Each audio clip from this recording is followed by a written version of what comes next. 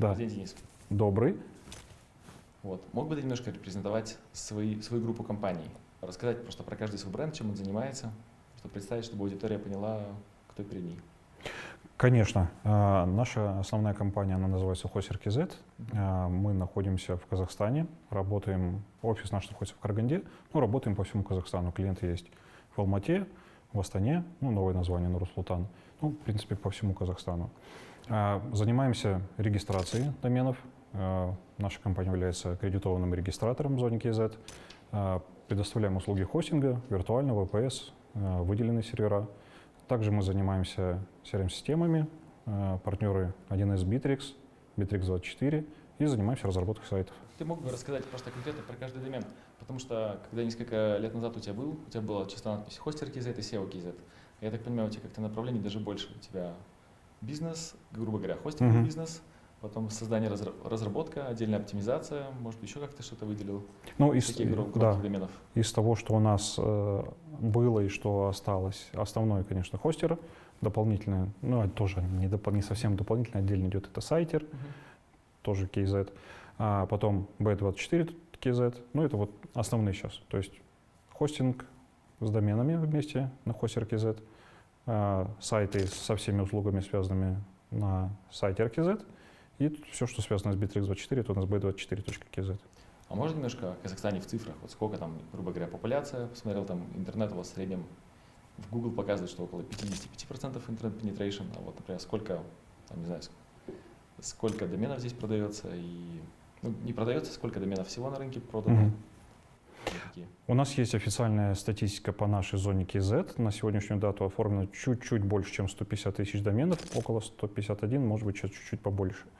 При этом население Казахстана у нас чуть-чуть больше 18 миллионов. У нас в Литве, я там боюсь соврать, но что-то тоже около 150 тысяч, что-то такое, там порядки такие же самые, что-то 170, и 93 миллиона человек. То есть получается у вас там, грубо говоря, потенциал по доменам, там, не знаю, раз в 7 можете. Потенциал, я думаю, что да, есть. Народу больше. И как раз про то самое проникновение интернета сейчас очень активно идет госпрограмма вместе с нашими провайдерами, с крупными, тянут интернет по всему Казахстану, в села, тоже там где-то 50, 100, 200 человек, все получат в ближайшее время, в ближайшие годы, может быть, в этом году уже высокоскоростной интернет. Тянут оптику. Еще ваша компания такая немножко выполняет и такую функцию, грубо говоря, оберегает немножко государство. У вас есть законы не персональных данных, я даже не знаю, о том, что если сайт имеет домен KZ, он должен храниться в Казахстане. Да, есть такое. На это много кто закрывает глаза, конечно, если пожаловаться, сайт закрывает, насколько я знаю, но все равно много людей, не могу сказать, много, может мало, я не знаю, все равно сколько-то людей хостится outside Казахстан. И мне просто, интересно, тренд все-таки какой, что люди все равно они понимают, что это плохо, они сюда возвращаются, или все-таки они как-то пытаются так пакостно экономить, бежать в какие-то страны?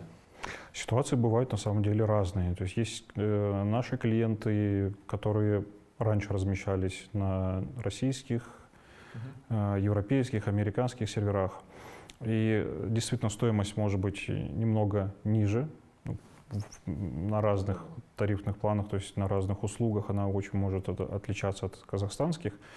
Но есть такие нюансы, когда скорость доступа, те же самые пинги в Казахстане, они все равно поменьше становятся. То есть когда клиентам важно, чтобы было маленькие пинги, хороший отклик, выбирают все равно казахстанские сервера. Тенденция роста, я так понимаю, где-то за 5 лет вы где-то раза в 1,5 вырос сам рынок, да, по количеству доменов? И вообще, как рынок быстро растет или так все-таки? Кто-то связывает это с глобальными кризисами, с кризисами в Казахстане. То есть какие-то года рост, он есть каждый год. Иногда он маленький, иногда чуть побольше. Наверное, где-то так 1,5 раза он и вырос. Потихоньку все развивается. Не хочу там какие-то конфиденциальные данные, но, грубо говоря, бизнес, как правило, там хостинговый бизнес, не как минимум, в зависимости от направления, там, как правило, говорят, ленивый хостинговый бизнес растет 30% в год, ну, просто не совсем ленивый, но там, хорошо выполняет свою услугу, но Мгм. там, не драматически не вкладывается в рекламу. А в ВПС это могут расти там и сотнями процентов в год. Хотел просто спросить, рынок где-то такими же скоростями, по вашему мнению, растет, или он такой медленнее, быстрее? Я думаю, что в отдельные годы, наверное, было чуть медленнее, в какие-то годы чуть быстрее, но в среднем, наверное, такие цифры, они и остаются. Еще как бы такой вопрос интересный. Например, в Мексике у них проникновение интернета еще такое. Может быть, интернет и есть много где, но вот приходишь в супермаркет, у вас, например, тоже в ЦУМе, как бы куча, как бы, не знаю, магазинчиков, Мгм. а доменов на них нет нигде. То есть садишься в такси, там нигде не расклеено все доменами. И много реклам до сих пор без доменов. И в Мексике, например, заметил такую тенденцию, что в малоразвитых странах у них на маленькое, как бы на один хостинговый аккаунт, один домен. То есть а в таких супер-мега развитых странах, там, типа Германии, ну, я говорю, мега развитых в этом отношении, у них там может быть там, на один аккаунт 20 доменов. И хотел просто спросить, сколько у вас, если вот взять, например, сколько у вас всего доменов и поделить на количество аккаунтов, если это не конфиденциально, какие порядки хотя бы? Это, там, 2 домена на аккаунт, 3 домена на аккаунт, это вообще какие порядки? Информация, мы ее и публикуем на сайте, она, в принципе, не секретная. Через нас оформлено чуть больше там, 70 тысяч доменов всего в сумме.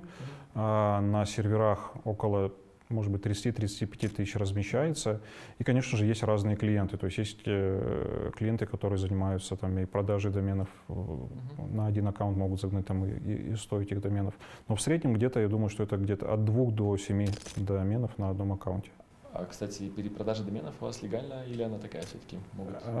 Она, в смысле, нет никаких ограничений.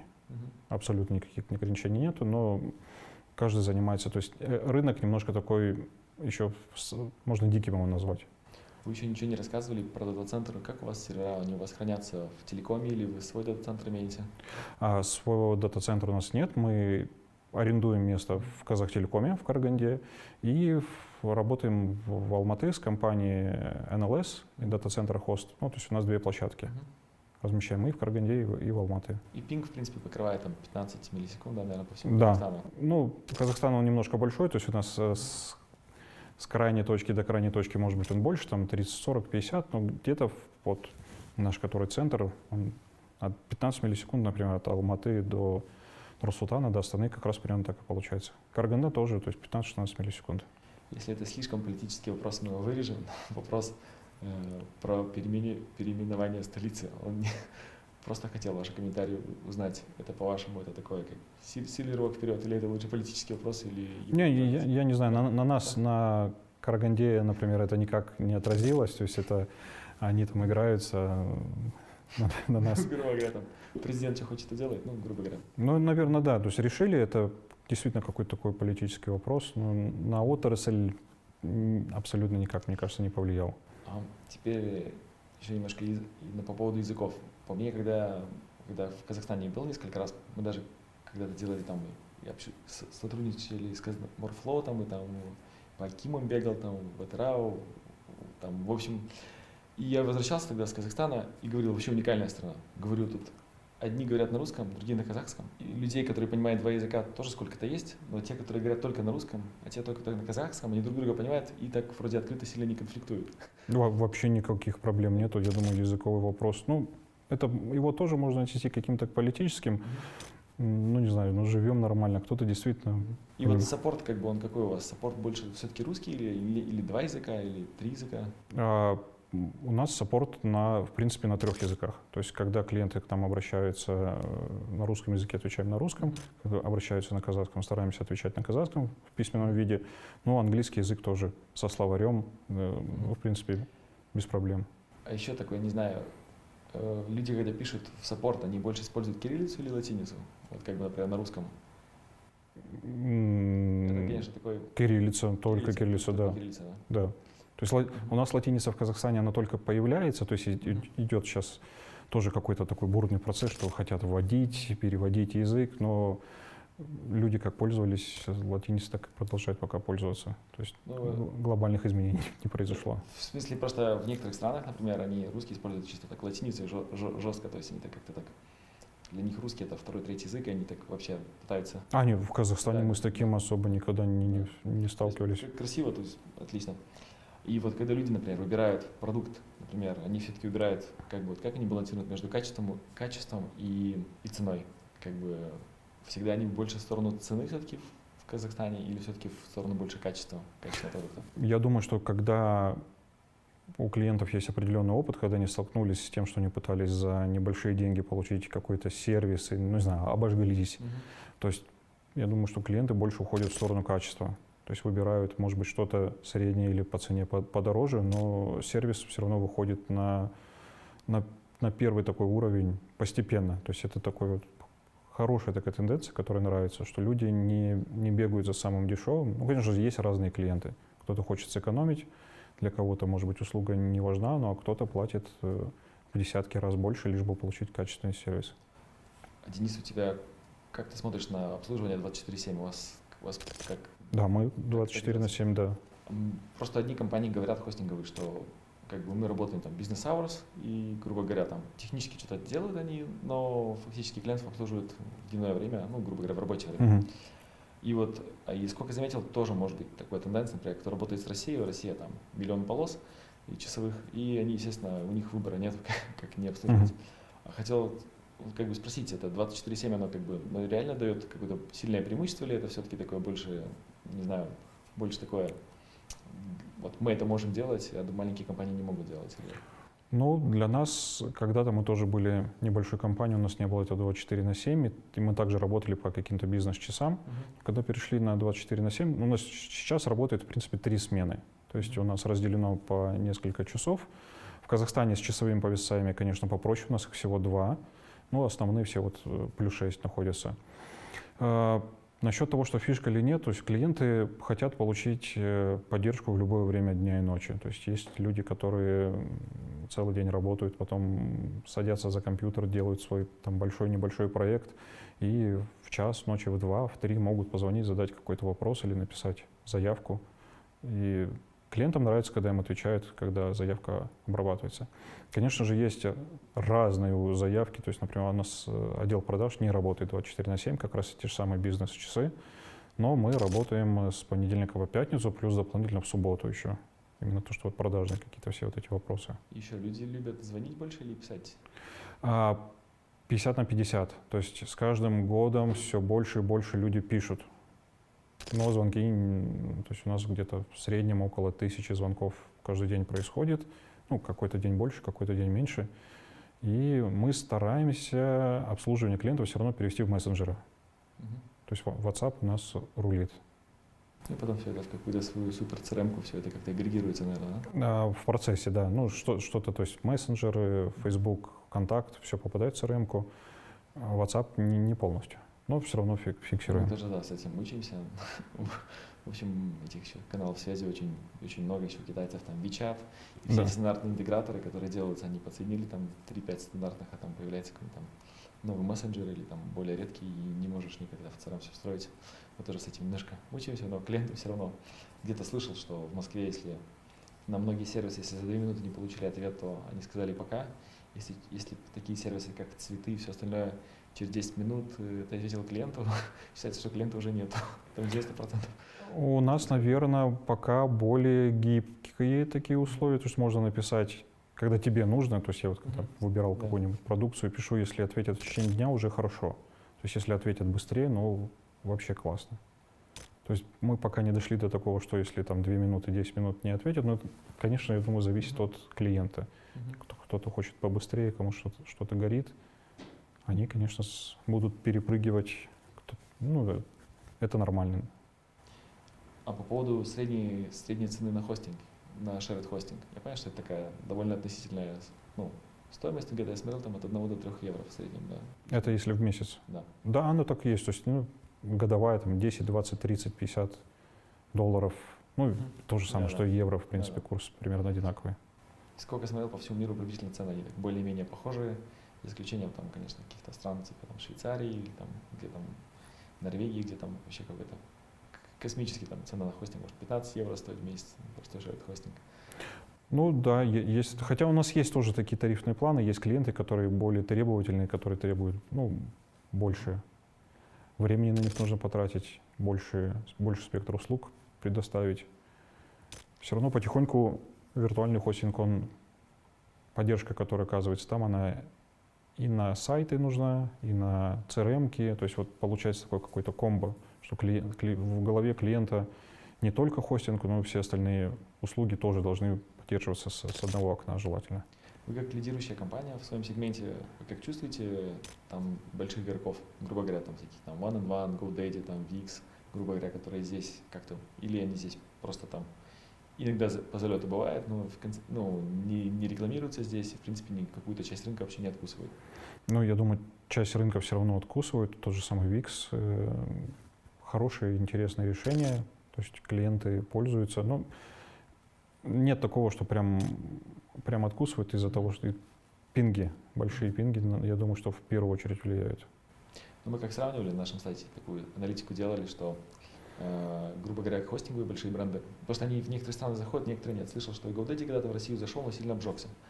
Ну, я там эту информацию не проверял. И слышал, что и Amazon, и Google как-то не там очень все вокруг да около. То есть нет нормальных, именно про Россию. А сюда, наверное, им еще может быть, теоретически рано, хотя сколько общаюсь с глобальными игроками, у них, грубо говоря, стоимость клиента грубо говоря, в Европе и в Америке, в Северной Америке, порядка 250 евро за клиента, за платящего клиента, то есть это космос, и это еще все растет. И уже там со многими людьми тоже интервью брал, они реально подтверждают эту сумму, то есть и мы, в принципе, когда мы смотрим там все деньги, вложенные в маркетинг, смотрим, что клиент, в принципе, плюс-минус столько и стоит, то есть 250 евро привлеченный клиент. Здесь эта сумма гораздо меньше. И когда я общаюсь с этими компаниями, то они, вот эти страны то есть есть там страны самые денежные, грубо говоря, а есть страны, менее денежные, как там наша страна, как ваша страна. Но мы получаемся в их фокусе, потому что они им нужно дальше идти. Там, конечно, Латинская Америка там не растет глобально, очень круто. Но они фокусируются, и то есть, и мне кажется, это очень, важно построить вот эту вот какую-то оберегательную черту, чтобы им сюда было максимально невыгодно зайти. Я с мыслями согласен, но думаю, что Казахстан маленькая страна, рынок маленький, пока крупные игроки, наверное, неинтересно. Я сколько общался еще с теми крупными игроками, которым сюда бы реально очень было бы интересно зайти я их не могу называть названия, но именно по пониманию и этого рынка, и по активному захвату других рынков, и которые по менталитету очень похожи. Они говорят, что просто рынок маленький для того, чтобы на нем вырасти, у тебя agile бизнес. Но это как субъективное мнение, но вот люди говорят, что, например, разовый бизнес грубо говоря, в Германии у меня рынок, не отожмут бизнес. А здесь, говорят, нужно очень много денег вложить, относительно, если приходит новый игрок, всегда нужно вложить денег. И может быть вот так частично бояться. И плюс немножко может быть закон, то, что нужно здесь иметь дата-центр в Казахстане. То есть, может быть, все-таки вы такую небольшую оберегательную черту имеете, чтобы большие бренды, хостинговые, пока что, пока что оставляли Казахстан стороной, по крайней мере, здесь не строили дата-центры и все остальное. Конечно. Может быть, да. Я думаю, что компании, которые хотят заходить, то есть российские компании приходят, они просто размещают свое оборудование здесь, в дата-центрах, и предоставляют свои услуги без строительства своего дата-центра. Думаю, в принципе, вообще никаких проблем нет. Кстати, вот это событие в Украине, когда на самом деле, как ни парадоксально, Украина с Россией обрезали все концы, и были хостинги украинские, которые обслуживали Россию, и российские, которые обслуживали Украину. И самое интересное, что я общаюсь с теми, с другими, и в Украине, может так вот тет-а-тет с какими-то 30 хостингами общался, и в России, может быть, тоже 20-30, никто не выиграл. Это парадоксально. То есть вот от этого разрыва все пострадали. Я думаю, да. И россияне пострадали. Все вот эти политические моменты, они только бьют, и не сильно приятно бьют по рынку. Я просто для чего это говорю? Для того, что, может быть, это даже можно как-то в рекламе коммуницировать, что люди из Казахстана, выбирайте казахский хостинг, потому что это, у вас никогда не будет проблем. Как бы даже если сотрудничать от глобального интернета, у вас все равно все будет локально работать. Может быть, это смешно, но у нас как раз именно вчера и позавчера были такие глобальные отключения, которые произошли, тоже по каким-то, возможно, политическим моментам, никто это правду не говорит. Но в Казахстане не работал YouTube, Telegram или работал с перебоями. И дошло вплоть до того, что президент нашей страны откуда-то с Европы сказал, что это такое, что за бардак, разберитесь, и оно все заработало. То есть бывают такие моменты, что действительно теряется связь со внешкой. Но это есть все в официальных новостях, то есть это не фантазии. Заранее должен был участвовать в прошлом месяце на выставке, как раз выставку отменили. У них какие-то проблемы были 3 недели или 2 недели в стране не было интернета. О, В общем, отменили все. По поводу системы оплаты тоже хотел уточнить. Насколько я видел, у вас там в основном там Visa, MasterCard и PayPal, и плюс банковские переводы или что-то еще есть? PayPal в Казахстане официально нет, то есть через какие-то лазейки можно использовать, но карточки, да, Visa, MasterCard, любые они работают. Ну, если так условно разделить, у нас большая часть клиентов, которые являются юридическими, например, компаниями, удобнее платить через банк, чтобы получить бухгалтерские документы. А физики платят как им удобно, то есть это карточка, перевод с карточки на карточку, оплата онлайн, любые другие оплаты, то есть терминалы, которые стоят на улице, то есть к ним можно подойти, там, Киви, сделать перевод. Но PayPal нет. То есть его можно как-то завести, но без документов уже. Теперь по поводу билдеров. Мы немножко говорили там о Виксе, я слышал, что Вибли тут немножко тоже как-то где-то вокруг да около. И хотел немножко услышать вообще, как это, билдеры, они растут в Казахстане или пока люди так еще стесняются сами делать сайты, все-таки пользуются там грубо говоря, вашей студией и, грубо говоря, и там, не знаю, сотнями других студий в Казахстане. Или как эти билдеры, они так уже слышали о них, или люди еще ленятся, или... Я думаю, можно разделить на несколько таких больших групп наших клиентов. Ну, те все, кто находится в Казахстане, первые, которые не хотят заморачиваться, и у которых есть деньги, которым проще заплатить, чтобы мы сделали какое-то решение. То есть это студия или частные лица, которые просто вот возьмут всю головную боль и сделают.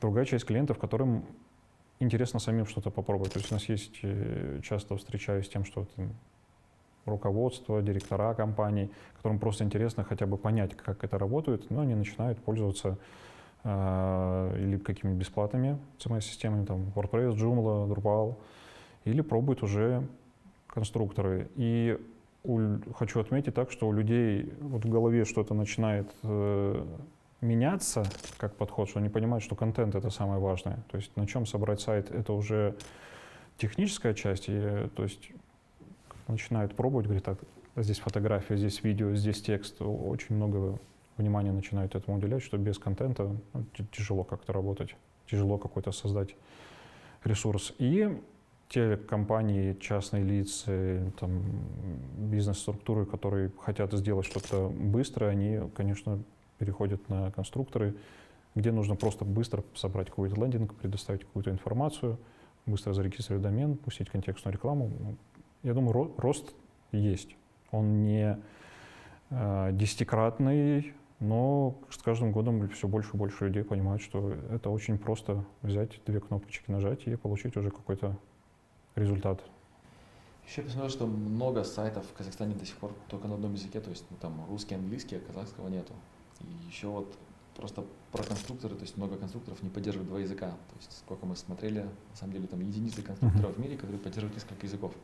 И вот сейчас недавно, на самом деле, вчера ехал опять в такси и смотрю таксиста телефон. Я говорю, ты компьютером в жизни пользовался? Говорит, никогда в жизни компьютером не пользовался. И буквально там года 4 назад все там теребенили, что статистика в Азии, что там 40% людей пользуются телефонами и компьютерами вообще никогда не пользуются. Вообще никогда. И что 40% или там 60% в жизни вообще никогда не воспользуются компьютером. То есть они вырастут, умрут и никогда не воспользуются компьютером, не знают, как им пользоваться. Так я вот и реально вот подумал, сколько же людей на самом деле уже в Казахстане сейчас, или не только в Казахстане, пользуются только мобильным телефоном и никогда компьютер не возьмут. И самое интересное, они тоже хотят себе сайт сделать. И у них экспириенс сайта у них совершенно другой, нежели у нас. У нас какой там, сделал сайт на десктопе, но посмотрю, как он на мобильном будет выглядеть. А у них-то какой экспириенс? Я сделал сайт на мобильном, для меня кроме мобильного ничего не существует, но я хочу, чтобы тот, кто искал меня на десктопе, у него тоже, я тоже был красивым. Получается такой как бы шаг, ну вот как бы это поколение, ну, довольно быстро растущее, но как бы так, ну, думаю, не прозевать, но довольно такое, ну как, интересный такой феномен, что он живет в своей сфере, то есть он живет в мобильном телефоне, ему больше ничего не существует. Но тот, кто зайдет с компьютера, тоже должен что-то увидеть, довольно его, ну, нормально. Ну, я согласен, что тенденция такая действительно есть. Очень много людей, которые получили мобильный телефон, которые стал просто доступным. То есть очень тяжело найти человека, у которого нет сотки, которая подключена к интернету, у которого там не работает WhatsApp, Instagram. Что действительно эти очень много людей, которые смотрят на все по-другому. То есть если им сказать, что загрузить что-нибудь по FTP, они скажут большими глазами, вы про что здесь рассказываете. То есть нам нужно действительно что-то быстро собрать, накидать, выложить, получить какой-то результат. Еще по поводу немножко про веб-сайт импорт. Сейчас такая тренд, который на самом деле очень опасный для хостинговых компаний. Это когда люди переходят в Wix, там Tilda и куча других конструкторов. Проблема в том, что они, когда переходят с хостинговой компании одну на другую, немножко, хостинговые компании там злятся или радуются, но они остаются в поле хостинговых компаний. Когда человек уходит в Wix, он уходит навсегда, потому что нельзя забрать FTP. У нас вот есть эта технология, которая позволяет импортировать сайт из конструктора, из чужого, и запаблишить на ваш сервер. Просто так как вы вместе уже работаем, хотел просто спросить, может быть, знаете какие-то KPI, или, может быть, пробовали, или там хоть какие-то заметки по этому вопросу, или пока на эту технологию не сильно обращали внимание? Мы пока не обращали внимания, и тенденция такая действительно есть, что это связано не только с конструкторами сайтов, это и с конструктором интернет-магазинов. Да. То же самое, очень много клиентов у нас пользуются услугами там Сату, и мы считаем, что это наоборот нормально, что если человек запускает интернет-магазин быстро, то есть запустил на какой-то площадке, то есть он через некоторое время он начинает создавать какой-то собственный интернет-магазин. Причем это не редкая ситуация, когда остается и сайт на конструкторе, и сайт на какой-то площадке, и начинают делать что-то свое, потому что понимают, что там они как-то уже получают клиентов. То есть какая-то реклама идет, делают что-то свое. Ну, не знаю, это нормальный такой обмен какой-то происходит. Да, я еще сколько видел, такие средние предприниматели, у него обычно несколько деятельностей. Он сделал одну деятельность, у него там несет ему деньги, вторая деятельность, еще какая-то, у жены что-то есть. Он там для своего бизнеса там 20 тысяч евро на сайт положить может, а у жены парикмахерская ему там 200 евро сделать что-нибудь. И вот в этом сегменте как раз конструкторы очень, очень хорошо помогают. Да. И причем в Казахстане есть отличные сервисы, которые вот наши знакомые делали как раз именно для салонов, для ресторанов, то есть salon.kz, то есть тоже как конструктор какая-то, как площадка, где человек может размещать. Думаю, это отлично. То есть у клиентов есть выбор. Хотите делать что-то свое, хотите использовать конструкторы, делайте какое-то комбинирование, комбинацию, нормально. По поводу каких-нибудь ноу-хау вашей компании, может быть, могли бы поделиться, чем ваша компания, на самом деле, так отличается от других компаний в Казахстане или, может быть, в мире? Чем вы немножко другие, нежели все остальные? По ноу-хау, не знаю, у меня есть тот момент, например, технический. Я думаю, что несколько лет назад, может быть, года 3 или 4, мы захотели быть как-то поближе к клиентам. И вроде элементарный такой момент, что писать клиентам на WhatsApp или на какие-то мессенджеры. То есть вот мы, наверное, сделали упор, что любой клиент может написать любому менеджеру или руководителю на тот же самый WhatsApp и получить какой-то ответ. То есть больше, наверное, мы стараемся быть больше клиентоориентированными. Я думаю, что какие-то другие компании тоже так делают. Но мы сделали упор на это, на то, что на коммуникации, то, что можно быстро, без звонка, получить какую-то обратную связь. Мне очень немножко понравилось у вас то, что вы грубо говоря, как GoDaddy закрываете вот так клиента. Когда-то с ними интервью, как добрал, спросил их про будущее, они сказали, что будущее как-то это пользователь, там какие-то кадры вырезаны, они попросили, но смысл такой, что будущее это пользователь, и ему нужно будет это, хостинг или еще что-то, мы все равно будем с ним. И у вас, в принципе, то же самое. Пользователь пришел, хочешь сделай сайт сам, хочешь мы тебе сайт сделаем, хочешь мы тебя там возьмем доработаем, хочешь SEO доработаем. Хочешь там шерит, окей, нужен VPS, нужно там VPS не там, нужно еще где-то VPS, говорят, нужно там dedicated, грубо говоря, у вас как бы... Мы стараемся, закрывать. То есть, так считаю, довольно так, со стороны выглядит так, дружелюбно, то есть вы весь сегмент, то есть другие, наоборот, стараются там, мы там dedicated, все остальные неинтересно. У вас как бы такой подход, как бы закрыть все, мне кажется, вот в этом, может быть, могли бы поделиться вашей самой большой неудачей? Грубо говоря, там планировали сюда, вложили кучу денег, а оно, не стрельнуло. Самая большая неудача, я не могу сказать, что неудача. Это, наверное, все, что мы делали, это какой-то опыт больше положительный. Но когда-то закупали, ну, не знаю, то есть это без каких-то таких подробностей, но всегда можно найти какое-то оборудование, которое будет работать не хуже, и которое будет работать лучше. То есть вот мы меняли поставщиков оборудования, меняли бренды, меняли какие-то решения, и когда вот последний раз нашли отличное решение от Супермикро, которое считается вроде как ну, подешевле, чем HP, чем Dell, но получили достаточно интересные решения, которые прям нам нравятся и нравятся клиентам. То есть вот, наверное, это вопрос насчет неудачи, того, что не всегда знаем все, что есть на рынке, не все моменты мы можем попробовать. И то, что вот приезжает какое-то железо, оборудование в Казахстан, оно приезжает там с задержкой. То есть когда в мире все это используется, мы там через год, например, начинаем этим пользоваться. Недавно такую фразу прочитал, что люди, когда делают какие-то ошибки и потом видят, что они ошибались, продолжают дальше ошибаться, чтобы только не признавать, что они ошибались до этого 10 лет. Им проще признать, что они правы, чтобы только не признавать свою ошибку, что они 10 лет уже ошибаются. Ну, может быть, да. Ну, я не знаю, не могу назвать какие-то, что это прям как ошибки. Может быть, могли поделиться самой классной вашей компанией рекламной или там самой классным вашим маркетинговым ходом, который там вот просто вот. Ну, я думаю, самый классный маркетинговый ход у нас будет уже в этом году, что мы сейчас переделываем, что у нас немножко там все что-то устарело. Я думаю, это у нас впереди будет. Я думаю, мы с этим поделимся уже, наверное, на следующей встрече. Хорошо, я там слышал, да, там про большие изменения. И, может быть, еще какой-нибудь лайфхак, как бы наши смотрят всякие хостинги, ребята смотрят там с Панамы, с Мексики, там, откуда, с Канады. Может быть, могли бы каким-то рекламным лайфхаком поделиться или там то, что вот, не знаю, вот у вас прошло, может, даже там 3 года назад, и вот то, что вам так вот реально понравилось, или то, что вот сделали, и вот просто классная штука. У меня первая мысль как раз про то, что про коммуникацию с клиентами, что стараться, ну, хотя бы элементарно поговорить с клиентом, что выяснить, вот, наверное, для нас это самый такой большой лайфхак, что с людьми можно разговаривать. Это клиенты видят нас не просто как какую-то там, например, биллинговую систему, через которую он зашел, нажал что-то это, а видит уже какие-то взаимодействия. То есть когда решаются вопросы, ну, больше, наверное, живого отношения к клиентам, что клиенты такие же люди, а это не просто $1-3 в месяц, а это действительно живые люди с какими-то своими задачами, которые хотят иногда поговорить с живым человеком. Кстати, довольно интересно звучит, потому что я тоже раньше как в веб-дизайне бизнесе, и я так немножко, можно сказать, чуть-чуть устал от клиентов. Ну, грубо говоря, веб-дизайн — это ты должен знать всех клиентов, грубо говоря, общаться или там продавец знать. А ушли в продукт, а в продукте эти клиенты где-то там чуть-чуть они за стенкой небольшой. И в результате, если хочешь развивать хорошо продукт, все равно приходится возвращаться. Ты как бы приходишь даже с большой любовью, и для тебя это, если раньше для тебя этот клиент говорил, ты там у кого послушал, не послушал, то сейчас этот клиент говорит, и ты понимаешь, что 1000 клиентов то же самое говорит.